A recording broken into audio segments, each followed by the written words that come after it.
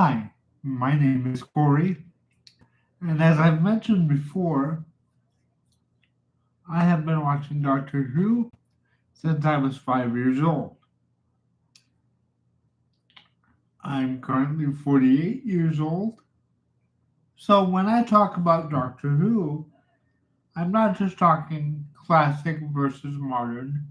To me, it's all one big show, one big story that we didn't reimagine when the show came back. This is Doctor Who. There have been things I liked and things I didn't like, but I've always watched Doctor Who.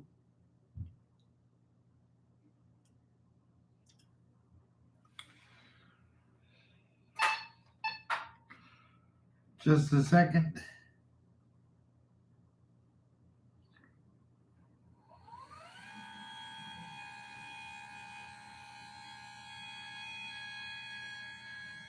Much better. Now we're in line with the camera so you can see my face. Yes, as I've said, I've always watched Doctor Who.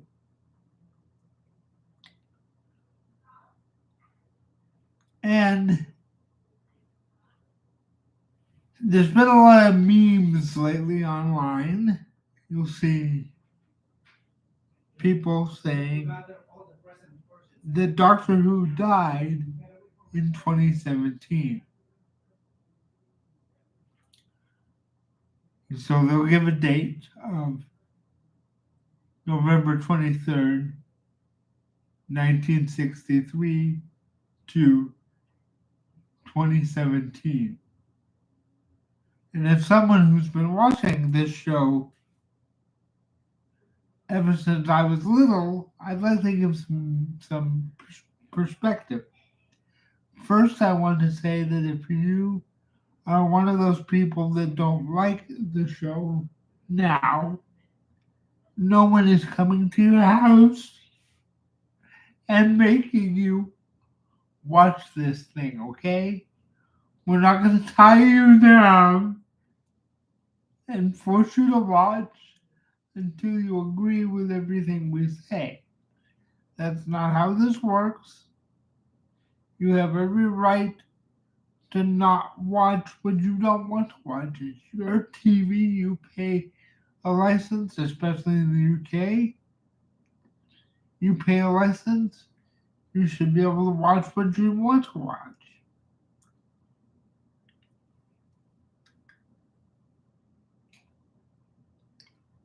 Um,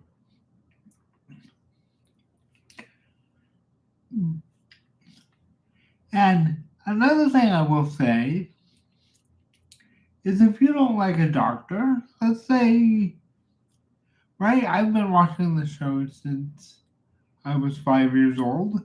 My first doctor was Tom Baker.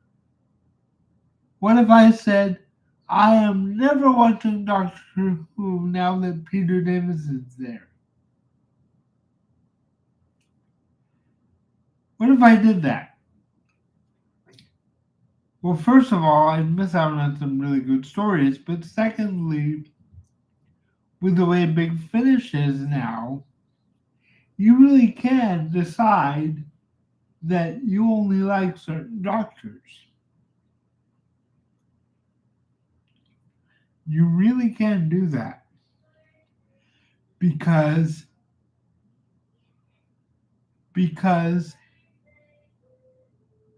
the show and the way Big Finish works, they really write for those doctors. You know, all the classic doctors are doing their doctor on audio. And there's many good stories that you can just start with and pick up and go, I'm listening to Tom Baker, I'm listening to Peter Davison, I'm listening to Colin Baker. And it's fine. It's fine. Big Finish is wonderful. And if you miss the old style of 4 to 6 part stories, I suggest you read some, right? Listen to some. They're excellent. stories, and I love Big Finish. So if there's a particular doctor you don't like on TV, there's Big Finish. And if you're not an audio person, there's plenty of books for each doctor. Read a book. And if you don't read, there are audiobooks. Listen to an audiobook. The point is, there's a way to enjoy your Doctor Who anytime you want. And by the way, most of it, if you're in the UK, most of it's available on BBC iPlayer now. Right? So you can just spend your days watching the Doctor Who you like.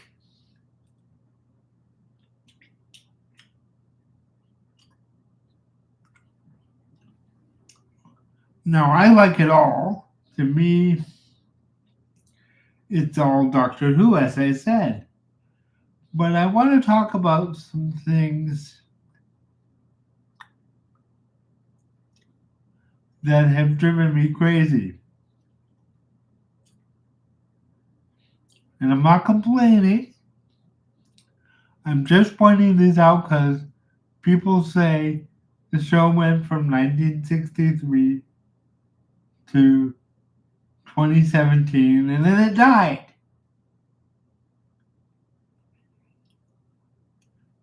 Right. First of all, I don't agree, but let's just talk about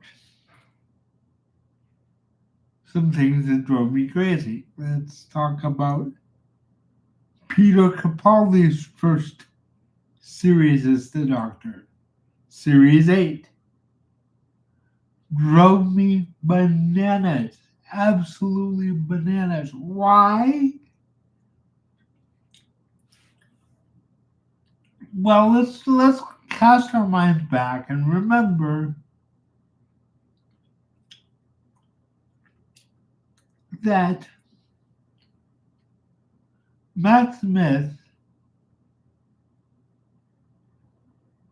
was actually the 12th Doctor. Because of the whole meta crisis and all of that, because the Doctor didn't want to go, he was actually the 12th Doctor.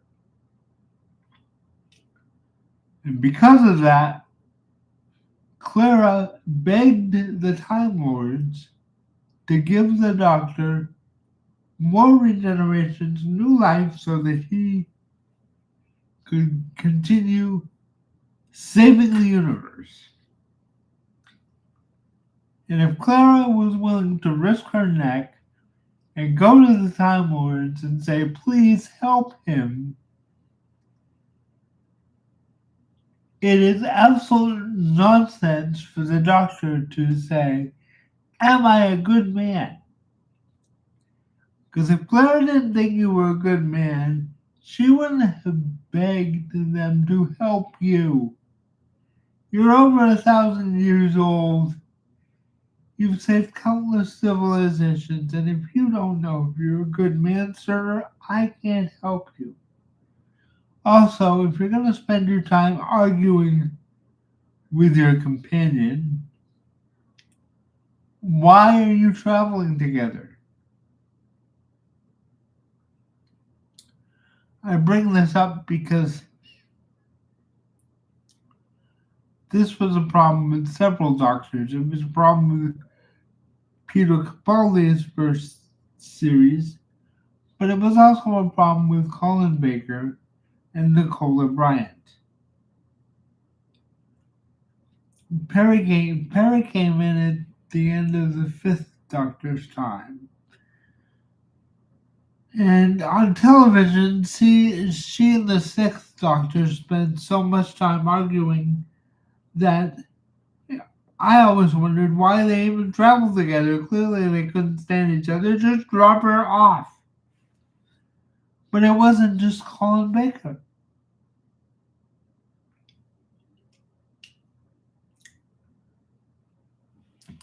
Now, before I continue, I will say that the relationship between the Sixth Doctor and Perry is wonderful on Big Finish.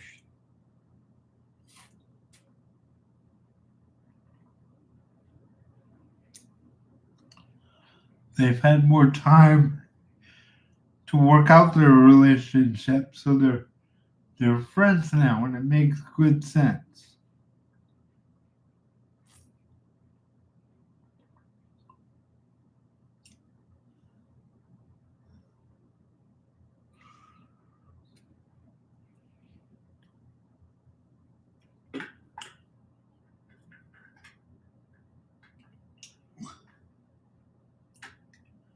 And I love that. I think that's awesome. But it wasn't just the Sixth Doctor. In the very first story,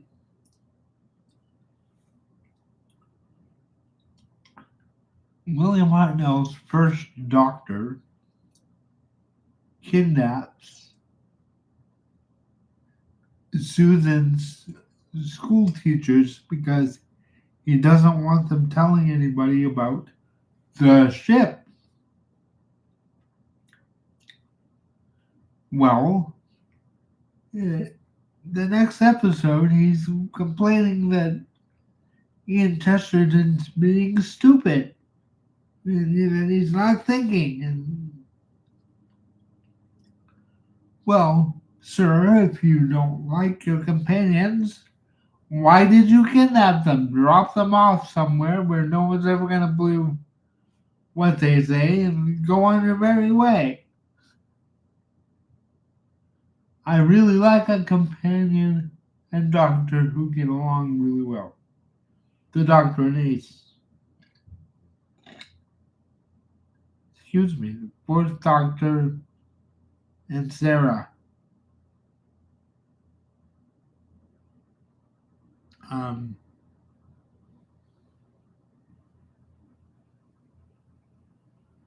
these are pairings that really are awesome. The third Doctor and Joe Grant. You know, they like being together. Um,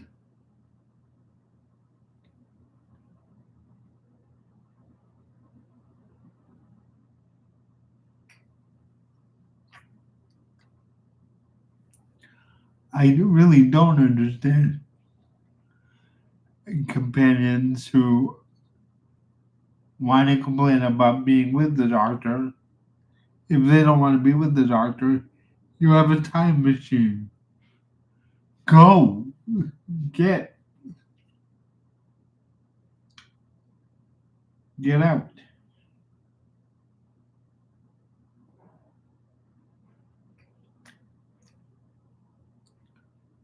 Um, a lot of people will say Jodie Whittaker killed Doctor Who. I disagree. And before you turn me off, I'm going to tell you why I disagree. Jodie Whittaker is a wonderful doctor. She's joyful. She wants to travel the universe with her friends.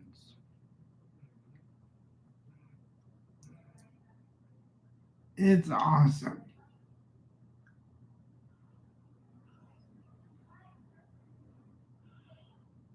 But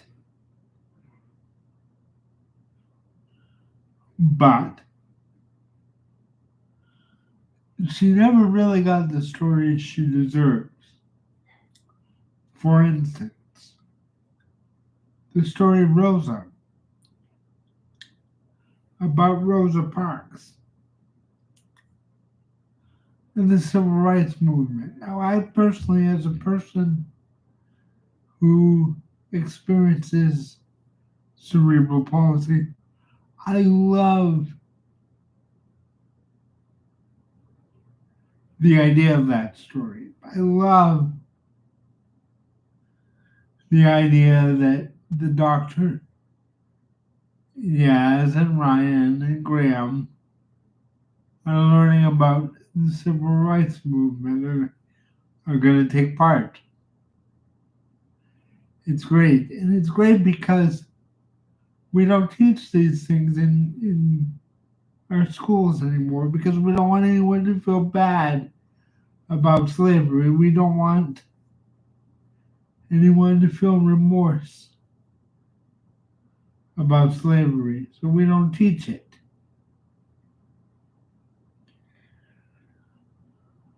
But that story missed an opportunity because in that story was a sort of a rogue time agent who wanted to curtail the civil rights movement. Well, rather than have some rogue time agent that we don't know, that really should have been a character called the meddling monk.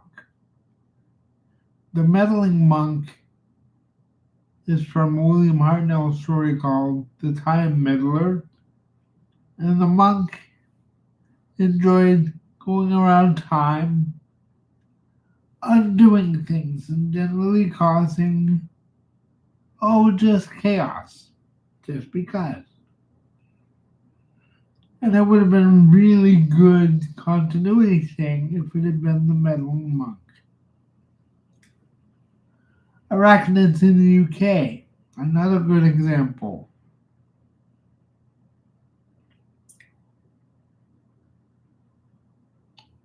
Giant spiders work in Doctor Who. You know how I know? Because the third Doctor's last story was called Planet of the Spiders. And if the spiders in Arachnids in the UK had been from Metabelus 3, the Doctor could have said, I'm really scared because I don't know if these spiders will force me to regenerate again. The last time I met them, I lost my third face. And you don't have to know the whole story. It's fine just to say that, but just to allow a little continuity. Now let's move forward and talk about Flux. I really like the idea of Flux because I'm not against hearing that there are other doctors. William Hartnell never said he was the first doctor. He said, I'm the doctor. I'm Susan's grandfather.